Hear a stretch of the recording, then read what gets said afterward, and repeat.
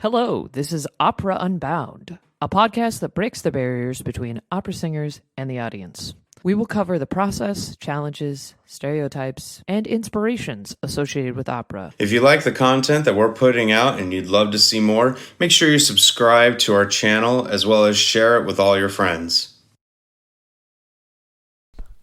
Hello, today we are sharing some interviews that we conducted with our castmates. We are going to talk to Zhou, who is singing Adina, Rob McPherson, who will be singing Nemorino, and Mike Heitmann, who will be singing Belcore in our Elixir of Love, which opens this Friday. So, let's start with you, Rob. Uh-oh. Tell us a little bit about your journey to opera. Well, like most good journeys, it didn't start out going that direction at all. I'm a Pentecostal preacher's kid, so I grew up singing gospel. But then I went to the University of Puget Sound to study voice, but never really planning on being an opera singer. I mean, when I graduated from college, I was a working actor in Seattle for about 6 years, working at Village Theater, Fifth Avenue, various local companies. And then there comes a point in your life where you realize there's the thing you're doing and then there's the thing you're supposed to do. And that's when I started to realize one day that it was time to focus on opera. And it was like the universe said, all right, we've been waiting for you. And some things started to happen and open up. It wasn't always easy, and I definitely took the long route. I never did a young artist program. Never got a lot of heat behind me. I just worked, and eventually worked my way up from little crappy houses to some of the best houses internationally. Now, what sparked the interest in opera? Like, what was your first encounter with opera? I saw La Boheme. Okay. I saw it live at Seattle Opera when I was in high school. And I had no idea what they were saying, and yet I was following the story. Mm-hmm. And they had super titles, but I was just so intrigued. And I was just blown away. But one of the real transformative moments in my life, funny enough,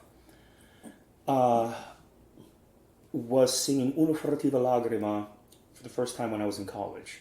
My professor at the time, Tom Goldicke, God rest his soul, went on sabbatical. Mm-hmm. And Bill Eddy, who was both a voice teacher and a mentor, he filled in for that semester. And that's when I started to feel the joy of singing again. And I was so excited. Art song and stuff like that, and German lieder was fine. But I liked the big paintbrush. Mm-hmm. And that's what I loved about opera, was these large emotions and these amazing melodies that just seemed Herculean. And that moment when you really are able to figure something out technically and to sing it the way that's in your head is one of the greatest rushes.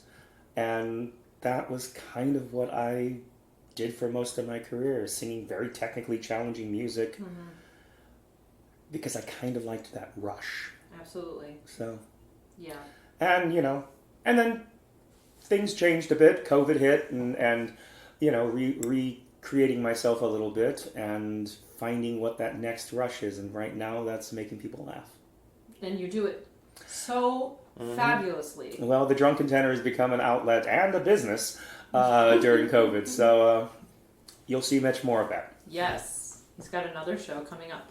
Ivy, I'm going to ask you about your role in this show and what is your character's story? Cool. Adina is kind of the cool girl, but she's not like the mean girl, cool girl. I think she's nice. I think she's got a good heart, but she's got a real bad guy radar. She's the kind of person who's got like all her shit figured out except for the romance department, I think, and she just keeps picking the douchebag. So that's kind of where we're at in the story, is she kind of meets her final douchebag, and then hopefully she meets her happily ever after in Nemorino. Yes. Yeah. And why should people come to see our Elixir? Rob is very funny. That's been my favorite part, is kind of watching the comedic masterwork.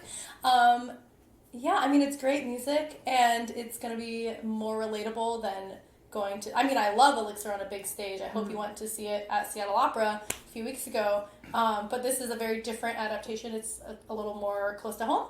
And if you don't like it, it's only 40 minutes, so, the risk is It's low. not eternity.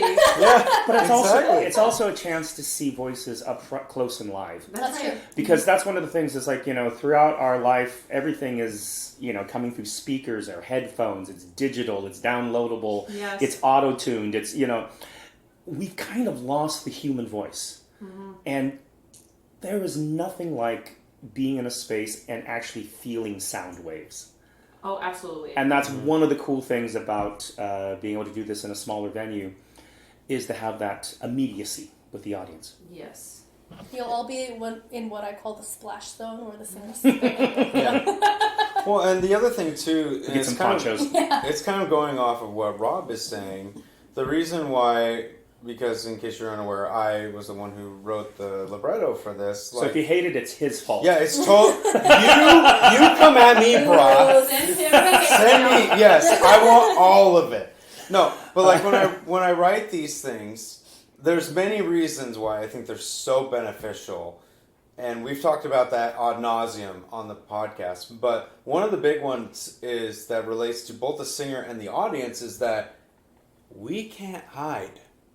We can't hide between these grand singer gestures and all this stuff. You're literally right there. Yep. You can't make non-straightforward acting decisions, which forces us as singers to make better decisions and to be more relatable. So therefore, as the audience, you're much better able to really understand what's being said and feel the story and the emotion.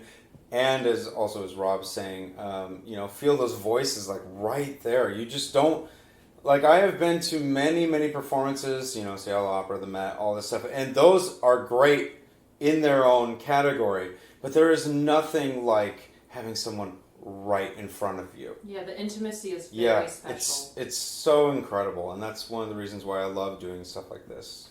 So. Okay, Mike, I think people know your journey to opera. I feel like we've talked about this on the podcast, so I'm not going to ask you that question. I'm going to ask you what your favorite activities are to do when you're not singing.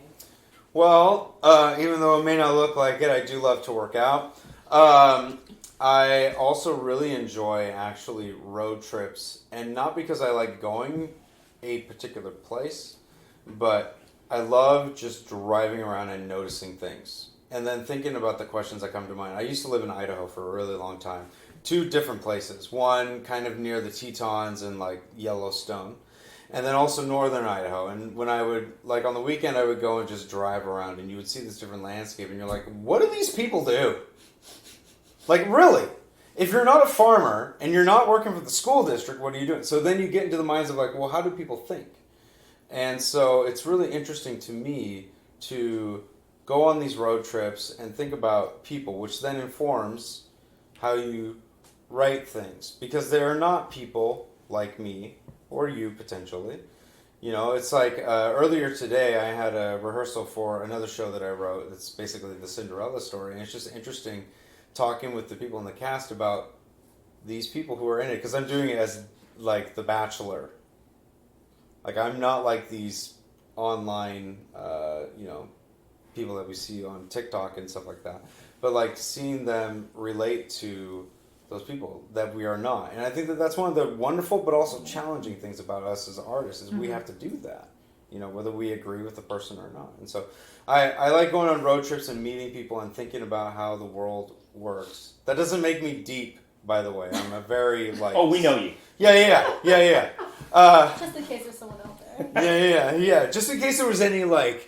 He's like, is he like trying to be something he's not? I'm like, no, I'm very simple, but people are people. That's one of the things I like to do. And also stand-up comedy. I love watching that because I love the writing, and my favorite comics are those who start you here. They know you're going to a terrible place here, but they have to wind you along to where the logic, you can't necessarily refute why this is funny.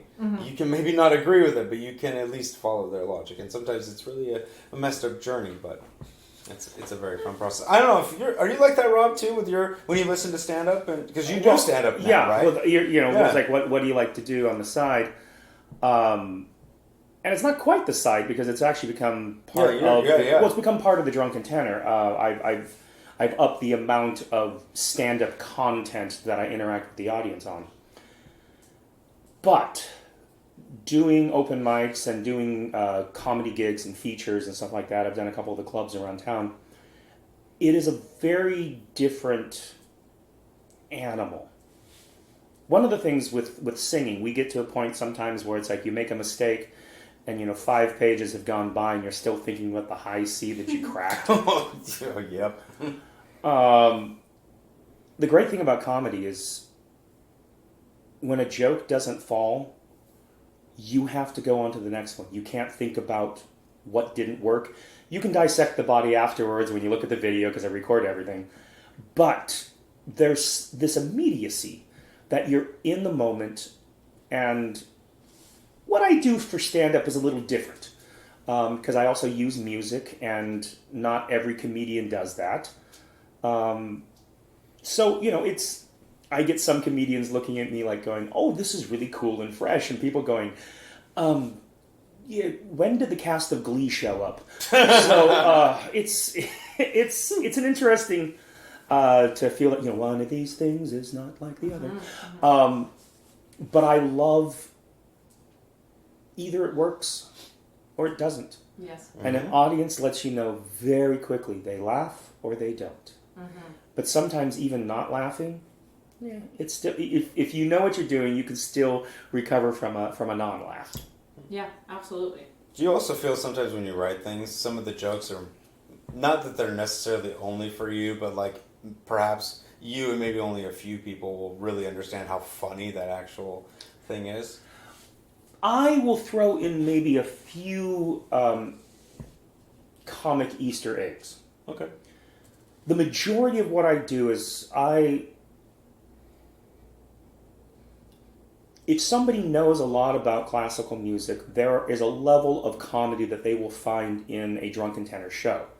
Not the same thing when I do stand-up. But I want to make sure that the average person, all they have to do is show up. They don't have to research it. They don't have to study. They don't have to have a syllabus. You show up, I take you by the hand, that's the last thing you need to do. And at that point, it's my responsibility. My responsibility to make sure that you have an amazing evening and that you have fun, and that there will be some highs and there'll be some lows, and there'll be some heart moments. Because I feel comedy, if you can make people laugh, you're that much closer to making them cry. It's all emotion. It's getting people to open up. Yep. Totally. Okay. Ivy, I'm going to come back to the first question. All right. Tell us about your journey with opera. Okay. Kind of similarly to Rob, actually. I didn't have the kind of like conservatory, master's, career path either. I was a public policy major in undergrad. That's what I graduated with. I really liked. So I started out in the very beginning. I was like, well, I'm good at languages. I kind of like humanities stuff. I was like, maybe I'll do like international relations or something like that. And then I took one class, and it was very hard. And I was like, no. I'll stay home. Back away quickly. And I was like, well, I think I want to maybe explore something that's sort of in this vein, but something that's a little closer to like people and not like I'm high and mighty and making like international policies. So I did public policy, which my school offered. But I started taking voice lessons like partway through college, and my voice teacher was like, "Oh, maybe you should like think about this," and I was like, "I don't know, like, okay."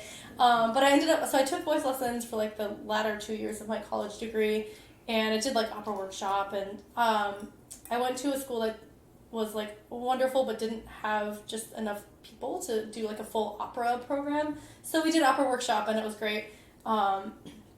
And then I ended up taking a gap year and deciding to go for a master's, and I was like, what the hell, like, let's see what happens. And so I applied to a few, ended up getting into one. I went to a master's in performance and pedagogy, and then I graduated and was lucky enough to kind of find work right away.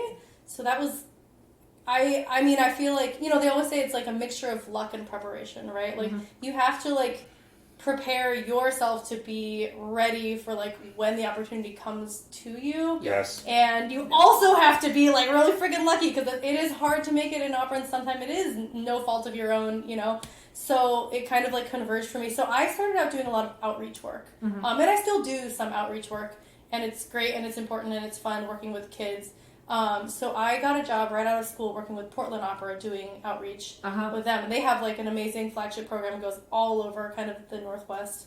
I think that's Pogo. how we met. Didn't I meet you in Portland? I think I met you in Portland. We met through a mutual friend, Kate Farrar. Amazing mezzo. Look her up.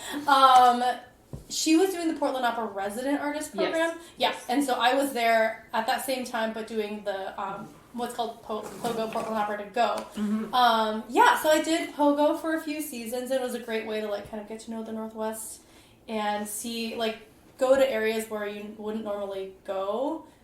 We went to, like, schools that had, like, 40 kids, like, total. Or, like, people, like, bussed in the kids from, like, 3 hours away to this, like, little schoolhouse. And we went to, like, bigger schools as well. I did that for a few seasons, and then I was like, you know what, I love Portland, but it's a little too small, opera-wise, opportunities-wise, and so I moved up to Seattle. I had actually I kind of made a lateral move. I got a role with Seattle Opera's outreach program. So I was like, you know what, I'll use this as kind of my excuse to move up, and so I did that, and here I am. Yeah.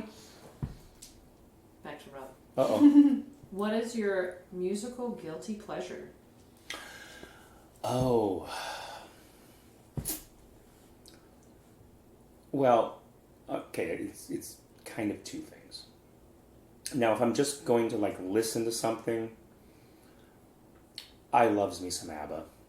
I have to admit it. But also ABBA or Air Supply or some little cheesy, but I do have a soft spot in my heart because, when I was kind of coming to my own, and I was a Pentecostal preacher's kid, so I kind of came into pop music late. I listened to, Amy Grant, Michael W. Smith, Patty, Sandy Patty, that was the stuff. So I got into it a little late, even with my brothers listening to, like, Black Sabbath and stuff. Yeah, that's my guilty pleasure, is, like, all the metal, classical rock, heavy stuff. Something about some of that kind of, like, cheesy but heavy harmonies. And that's the thing that I kind of love about it. But again, and then my other guilty pleasure is just taking other people's music and making parodies out of it. So, I mean, it's like I love when, it's of course, the king of it is always, Weird Al. Of course, Yes, absolutely. But there's a part of... coming out. Yeah, I know, I've seen it. Weird. I'm looking at November 5th, I think, or something like that. It's coming out. But no, I also love being able to explore some other people's music and just see if I can come up with something that seems funny. Yeah. Okay. Let's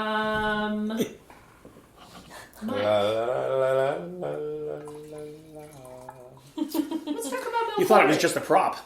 Yes. So, Bel Corday is your stereotypical douchebag who thinks that, not that he's necessarily God's gift to women, but that he can get any woman he wants. Because he's in the army, and a lot of women love a man in uniform, and he kind of plays off of that. Or just assumes, I guess, that, well, I'm in uniform, so... Now, when you come and see the show, either in person or live, you'll notice that I'm not coming in with, like, army gear. Because I see Bel Corday as not only that, but he's terrible at his job. Like, he's one of those people that, like, yeah, I'm in the army, and I'm there, but, like, I'm only there because it's really hard to fire me. kind of thing. So like I'm still mulling it over, but like I'm not going to be clean shaven, which most military people are. I will have the dog tags. I won't have camo, right? And so yeah, he's just basically your military person who's in the military because he likes the benefits of it, but he's really deep down inside not a good person. Not the type of person you would want to be actually serving in the military, like if you had to pick. Sure. Or dating your sister. Yeah, exactly. That too. Okay, let's wrap this up. Rob, you tell us a little bit about your role in the opera. All right. Nemorino. He's a dork. Well, yes, but he's been sheltered. He hasn't truly experienced life, and with that comes a certain amount of deficiencies. He's probably somebody who's gaming till like 3 or 4 in the morning, and hasn't. He's got a very rich fantasy life. Yep. Man-child. But in actual life, that's where his deficiencies are very clear. And I think with that comes unrealistic expectations and not knowing how to even talk to a woman. You when you're that kind of an individual, a lot of your cues come from the movies you've seen, and we all know movies have misled us terribly throughout history. Oh goodness, that's true. So he's really does not have skills, but I think is genuinely at core a decent person. But how do you get to know that if you can't actually talk with somebody? And that's the dilemma that he actually has. So being able to have some sort of an elixir that gives him permission to put his anxieties and his hesitancies on hold